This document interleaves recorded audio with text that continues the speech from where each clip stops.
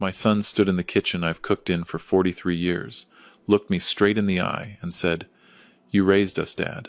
That was your job. You don't get a trophy for doing what you were supposed to do." Those words didn't just hurt, they ended something. What Nathan didn't know, what neither of my sons knew, is that 4 months before he said that, I had already signed the deed to this house over to someone else. Not to him, not to his brother Owen, to Rosa Delgado, the woman who showed up every single time I needed someone, and never once made me feel like a burden for needing her. And when Nathan lost his job, loaded up a moving truck, and pulled into my driveway assuming he was moving in, that's when things got interesting. My name is Victor Callahan. I'm 71 years old, and I'm speaking to you from a neighborhood in Nashville, Tennessee, where I've lived since I was 26. Before we go any further, I want to know where you're watching from. Drop your city in the comments below. And if this story resonates with you, please hit subscribe. What I'm about to share took me a long time to say out loud, but I think it needs to be said. This is a story about the difference between the family you bleed for and the family that actually shows up. I married Diane when I was 25 years old. She was the kind of woman who could walk into any room and make every person in it feel like the most important one there. We weren't wealthy. I was a licensed electrician. She worked scheduling at a medical office, and we bought a 3-bedroom house in East Nashville with every dollar we had saved over 5 years, and a small loan from her parents. Nathan came first. Owen followed 2.5 years later, 2 sons. I thought life was handing me everything it had. I worked double shifts for years. Took side jobs rewiring old houses on weekends, crawling through attics in August heat. Diane picked up overtime whenever she could. We didn't vacation. We didn't renovate. We just poured everything we had into those 2 boys. When Nathan wanted to play travel baseball, I drove 3 hours each way every weekend for 2 years. When Owen fell behind in school and needed a private tutor twice a week for a full year, Diane and I stopped going out to dinner entirely to cover it. When it came time for college, I took out a second mortgage on this house. Nathan went to the University of Tennessee. Owen chose a school in Colorado. Neither of them had to take on significant debt because I took it on instead. First in either of our families to have 2 college graduates. I remember standing in Nathan's dorm room that first move-in day, trying to hold it together. He hugged me at the door and said, "I wouldn't be here without you, Dad." I drove home with the windows down because I didn't want Diane to see me cry when I got back. Diane died 7 years ago. Pancreatic cancer. From the day they found it to the day she left us was 11 weeks. 11 weeks to say everything, and somehow there was still so much left unsaid. The boys came home for the funeral. They were genuinely devastated. They stayed 4 days. Then their lives called them back, Nathan to his finance job in Chicago, Owen to his real estate business in Phoenix. After that, the silences grew. Phone calls dropped from weekly to monthly to occasional. Visits became holidays only, then not even every holiday. I sent birthday cards with checks tucked inside for the grandchildren I saw maybe twice a year. I got text messages back. "Thanks, Grandpa." Got it. I told myself this was normal. Children grow up. They build lives. I wasn't going to be that father who guilted them for living. So I stayed quiet and figured out how to fill the hours. I joined a woodworking club at the community center. Started walking the Shelby Bottoms Trail every morning. Took a watercolor class on Thursday evenings at the library annex. I kept busy, but the house was enormous in a way it had never been before. Rooms that used to have a purpose, now just sitting there. I'd make dinner for 4 out of 40 years of habit, realize what I'd done, and cover the rest in foil. The silence had a weight to it. If you've ever lived in a house that used to be full of noise and then one day you realized you couldn't remember exactly when it went quiet, you understand what I mean. It doesn't arrive all at once. It just settles in beside you and stays. Then about 2.5 years ago, I fell. I'd been putting off having the gutters cleaned. October in Nashville, leaves packing in thick. I'd handled it myself every year for over a decade. I climbed up, reached too far to the left, and the ladder went out from under me. I came down hard on the concrete path along the side of the house. My hip absorbed most of it. I couldn't get up. My neighbor Gerald heard me from his driveway and called 911. The hospital said I was lucky, no fracture, but severe soft tissue damage and bruised bone. The doctor was direct. "You're going to need in-home help for several weeks, possibly longer. Is there family nearby?" I called Nathan from the hospital bed. I could hear keyboard clicks in the background while he talked. Dad, I'm in the middle of a product launch. It's all hands on deck right now. Can you hire someone? I can transfer money if you need it. I didn't need his money. I needed my son. I said okay and hung up. I called Owen. Dad, my father-in-law just had knee surgery. He's staying with us right now. The house is completely full. Have you tried a home care agency? Honestly, they're probably better equipped for this than we'd be anyway. Probably better equipped. Translation: this isn't our problem to solve. I put the phone down on the bedside table and stared at the ceiling for a long time. I thought about the last time either of my sons had called just to hear my voice. Not because they needed something, not on a birthday or a holiday, just to call. I genuinely couldn't remember when that last happened. That was the night Rosa Delgado came into my life, even though I didn't know her name yet. The agency sent her the morning I came home from the hospital. Rosa was 54 years old at the time, a widow, 21 years doing in-home care. Her husband Carlos had been killed in a warehouse accident 12 years earlier. She'd raised her 2 kids, Marco and Isabel, mostly on her own after that. From the very first morning, something felt different about her. She didn't just do the job. She actually cared. Every morning at 8 sharp she arrived, helped with what I couldn't manage: medications, meals, getting around. But she also talked to me, asked me real questions about my career, about Diane, about what I thought about when I walked that trail by the river every morning. She showed me pictures of Marco's kids, told me stories about Carlos, how he used to sing the wrong lyrics to every song and somehow make it sound intentional. 2 widows who both knew what it meant to lose your person. We understood each other without having to explain very much. 3 months in, when I'd recovered enough to manage on my own again, I asked her to stay on 2 days a week, light housekeeping and company. She agreed immediately. Those days became the best part of my week. She remembered everything: that I took my coffee black, that I was allergic to shellfish, that I loved biographies but couldn't stomach anything that ended in tragedy. She'd bring paperbacks she found at estate sales. When she made extra tamales on weekends, she brought me a container. For my 70th birthday, she organized a small gathering right here at the house. Invited my woodworking friends, Gerald from next door, a few people from the watercolor class. She baked a cake from scratch and strung lights across the back porch. My sons called. Nathan was on the line for 4 minutes. Owen for 3. They both said they were sorry they couldn't make it out. That birthday was when everything became clear to me. Not in an angry way. More like the way a room looks when someone finally opens the curtains. I had given 30 years of my life to those boys, and this woman, who owed me absolutely nothing, had shown me more consistent, genuine human kindness in a few months than they had in years. I don't say that to condemn them. I say it because it's simply true. They had become skilled at living their lives. They just hadn't figured out how to include me in them. About a year and a half ago, the cracks started showing more clearly. Owen called on a Tuesday afternoon. Unusual timing. That particular tone in his voice, I'd learned what it meant. He needed something. Dad, I'm in a really bad spot. A flip property deal went sideways. Contractor walked off with half the deposit. Now I've got buyers threatening to pull out. I need about $25,000 to get a new crew in and finish the job. I know you've got the life insurance money from Mom sitting there. I'll pay you back in 6 months. With interest if you want. $25,000. I sat with that number. Thought about it for a moment. Then I wired it the next morning, because that's what fathers do. A year passed. Not a dollar came back. During a Christmas call, I brought it up gently. Owen's tone shifted immediately. Dad, I'm barely keeping my head above water right now. You've got a paid-off house, and Mom's insurance. I've got a mortgage, 3 kids, a business that's barely breaking even. Just give me some more time. He made me feel unreasonable for asking. I let it go. 6 months later, Nathan called about his daughter's college tuition. They were $18,000 short for her first year. She's your granddaughter, Dad. Her future. I sent the money. It never came back either. When I eventually mentioned it, his response echoed Owen's almost word for word. Dad, you're comfortable. We're not. This is what family does.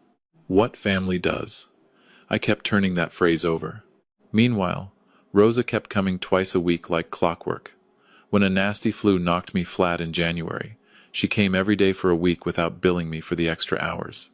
You're my friend, she said. Friends take care of each other. When the water heater flooded part of the basement, she connected me with her nephew who fixed it at cost. No upsell, no drama. When I was particularly low around the anniversary of Diane's death, she took me to lunch at a diner on Gallatin Pike and let me talk for 2 hours about my wife without once checking her phone. I started thinking seriously about what comes next. I was 71, reasonably healthy. But the years move whether you're watching them or not. What happened if I got seriously ill? What happened if I needed real, daily care? Would my sons rearrange their lives the way I rearranged mine for them, year after year without question? I knew the answer. I'd known it for a while. They'd find me a decent facility. They'd visit on holidays.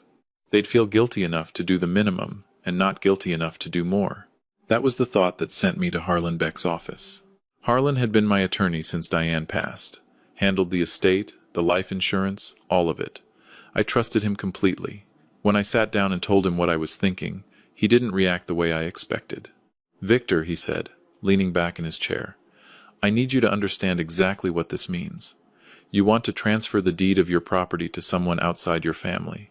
"She is family," I said. "More family than blood has managed to be." He was quiet for a moment. "I'm not here to judge that, but once this is done, the house legally belongs to Rosa Delgado. You'll retain a life estate. You can live there for the rest of your life, but she owns it. Your sons will not inherit it. You understand that completely?" I understood it before I walked in here. He walked me through every implication. The life estate terms, property tax responsibilities, how difficult it would be to reverse. He told me my sons might contest it. He told me relationships would likely change permanently. "What about your boys?" he finally asked. "What about them?" I said. "This is my house, my decision. It was never theirs to begin with." He didn't push further. He'd known me long enough to recognize when my mind was settled. He did make one recommendation, a psychological evaluation from a licensed professional, documenting my sound mind, to protect both Rosa and me if my sons challenged the transfer. I agreed. Sat with a psychologist for 2 long sessions. She asked about my history with my sons, my relationship with Rosa, my full understanding of what this decision meant. Her conclusion: completely competent, acting with clear awareness and full intent. 2 weeks later, I sat in Harlan's office with Rosa beside me. He was still explaining the document when she started crying. "Victor, I can't accept this," she said, her voice breaking. "This is your home. This is too much." "It's my house," I said gently. "You made it a home. There's a difference." She tried to refuse 3 times. She was worried about what people would think. Worried my sons would hate her. Worried she was somehow taking advantage of me. Harlan reassured her that every step had been done properly. I told her this wasn't generosity. It was self-preservation. It was making sure that when I couldn't care for myself, I wouldn't be warehoused and forgotten by people too busy to notice. Finally, tears still running, she accepted. We signed the papers on a Wednesday afternoon in February. The house that Diane and I bought 43 years ago, where I'd raised my sons, where she took her last breath in our bedroom, where every room held some version of everything I'd ever been, it belonged to Rosa Delgado. And I felt something I hadn't felt in years. Peace. Real, settled, floor of your chest peace. I didn't tell my sons. There was nothing to tell. It was never their house.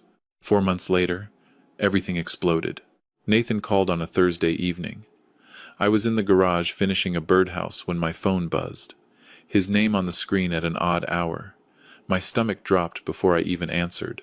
"Dad." His voice was tight, controlled, the voice of a man trying to sound calm about something that wasn't calm. "I need to tell you something. I lost my job. Company did layoffs last week. 15 years and they just let me go." I felt genuine sympathy. 15 years. That kind of loyalty. Answered with a pink slip that's a specific kind of gutting. "Nathan, I'm sorry. That's awful. How are you holding up?" "Not great, honestly. Sarah and I have been going over the numbers. With just her income, we can't keep the apartment in Chicago. Rent is insane up here. We've already given notice on the lease." He paused. One of those pauses that isn't really a pause, it's a runway. "So we were thinking maybe we could come stay with you for a while, just until I land something new, probably 3 or 4 months. The house has 3 bedrooms. You're by yourself." "It makes sense, Dad." Not a question. A conclusion he'd already reached. My hands tightened around the phone. I walked out of the garage into the backyard and stood very still. I could feel the whole weight of everything pressing down every time I'd said nothing, every time I'd swallowed what I needed to say, every time I'd told myself that being a good father meant accepting whatever they gave me. Not this time. Nathan, there's something you need to know about the house. What do you mean? It isn't mine anymore. I transferred the deed about 4 months ago. Dead silence. The kind that tells you a person is recalculating everything. What do you mean it isn't yours? You gave it to Owen? I didn't give it to Owen. Then who? His voice was rising, starting to splinter at the edges. Who did you give our house to? It was never your house, Nathan. It was mine. And I gave it to someone who earned it. The silence cracked open. Earned it? Dad, what does that even... Is it Rosa? Did you give the house to your housekeeper? He said housekeeper the way you might say something you'd stepped in. Are you serious right now? You gave our inheritance to a woman who cleans your bathroom?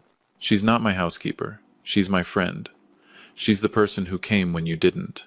But I didn't say that yet. There would be time for all of it.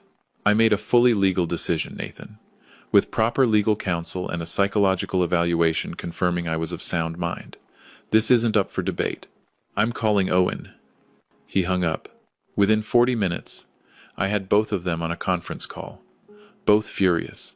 Both speaking over each other in that way people do when the real feeling underneath the noise is something they can't quite name. You gave our inheritance to a stranger? Owen demanded. She is not a stranger, and it was never your inheritance. She groomed you, Dad, Nathan said. She planned this. This is a textbook elder exploitation case. We're getting a lawyer. Please do, I said. Harlan Beck prepared every document. I was psychologically evaluated. Everything is legal and recorded and binding. You won't win. But spend your money finding that out if it makes you feel better. We're your sons. Owen's voice cracked into something raw. That house should have come to us. You raised us there, Dad. Mom died there. How can you give that to someone you've known for 2 years? I want to be honest with you. If you've ever been in the middle of a conversation that you've been dreading for years, and it finally arrives, and it's somehow both worse and more freeing than you imagined, you know how I felt in that moment. My hands were shaking. My heart was hammering. But somewhere underneath all of it, something was perfectly still. I need you both to answer one question, I said. When I fell off that ladder and called you from the hospital, where were you? Not where were you physically. I know where you were, but where were you? Silence.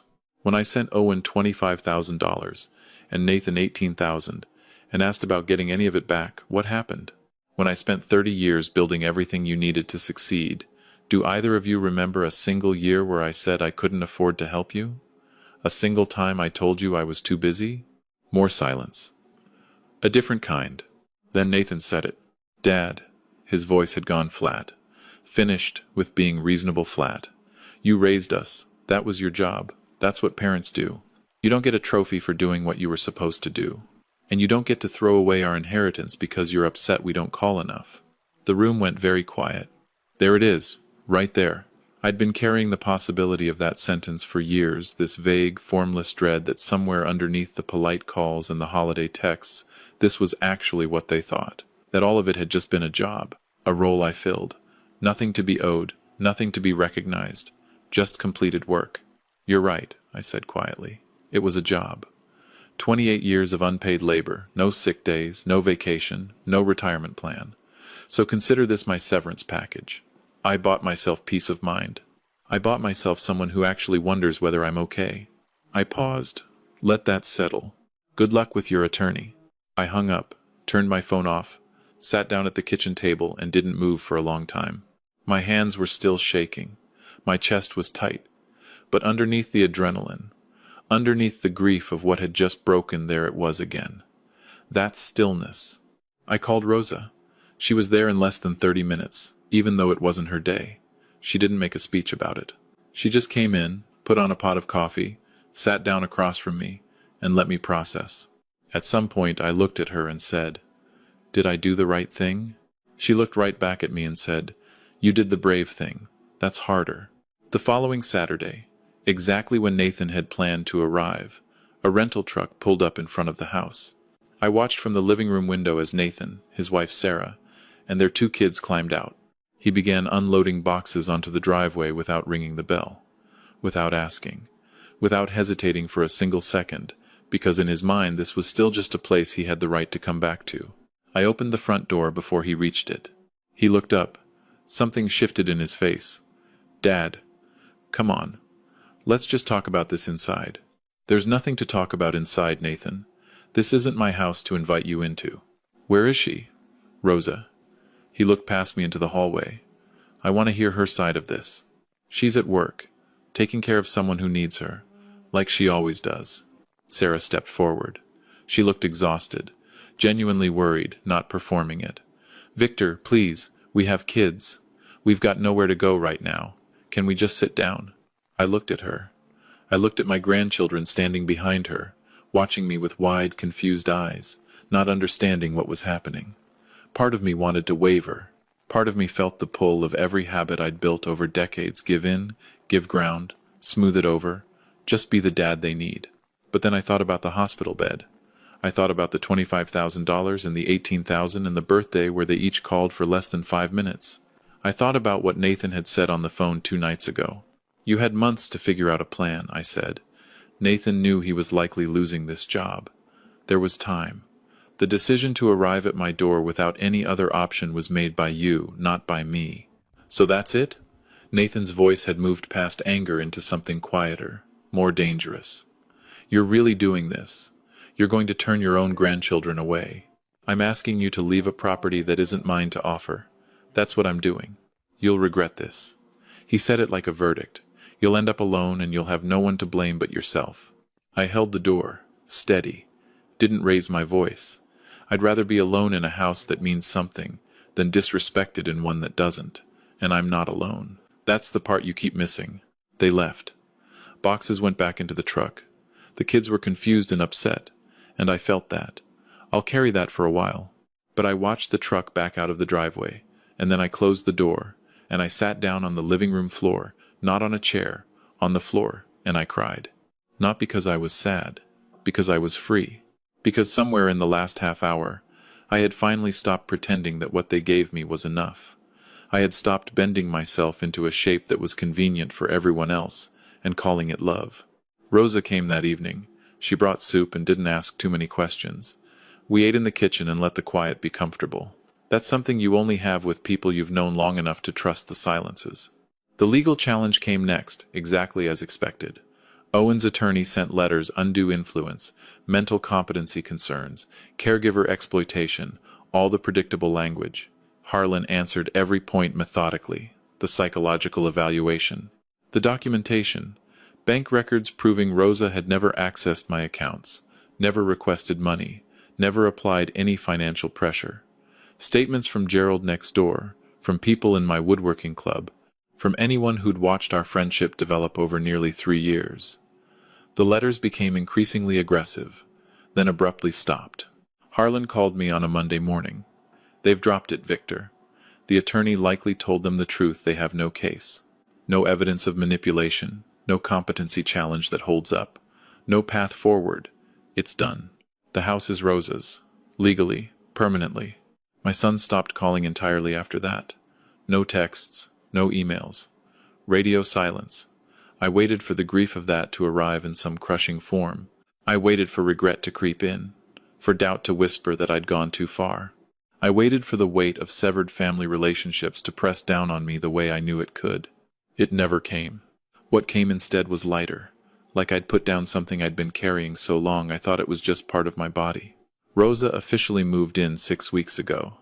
She sold her apartment and brought her life here. We share the kitchen, divide up the house the way 2 people do when they're genuinely building something together. Her son Marco came over last weekend to fix a loose railing on the porch stairs, wouldn't hear of being paid. "You're family now, Victor," he said. That word from someone with no obligation to say it landed somewhere deep. "Thanksgiving is coming. Rosa has already told me I'm not spending it alone. You're coming to my sister's place," she said. "Isabel is flying in from Denver. Marco's bringing the kids, and my sister makes enough food for about 40 people. You're coming and that's the end of it. I'm going. This story taught me something I want to leave with you. It taught me that love, real love, the kind worth something, isn't about biology.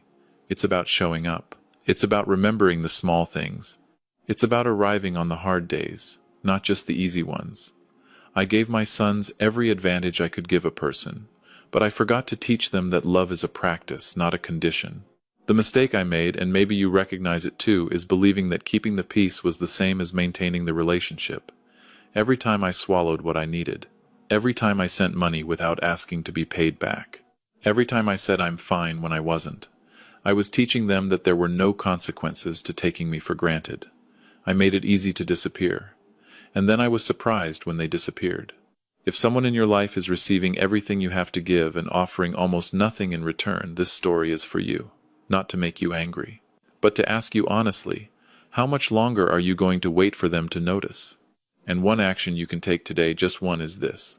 The next time someone treats your time, your love, or your sacrifice like it's owed to them, don't swallow it. Say something. Not because it will change them, because it will change you. Before I go, I want to hear from you. Leave me a comment. Type 1 if you think I made the right call. Type 2 if you understand it but aren't sure you'd have done the same. Type 3 if you think I went too far. There's no wrong answer. I'll read every single one. Where are you watching from? And what time is it where you are right now? Tell me in the comments. And if you've ever given everything to someone who treated it like nothing, share your story below. You are not alone in this. Not even close. If this story moved you, please subscribe to this channel. It costs you nothing, and it means everything to the people telling these stories, because some of us have been quiet for far too long. I'm Victor Callahan. This is my truth. This is a fiction.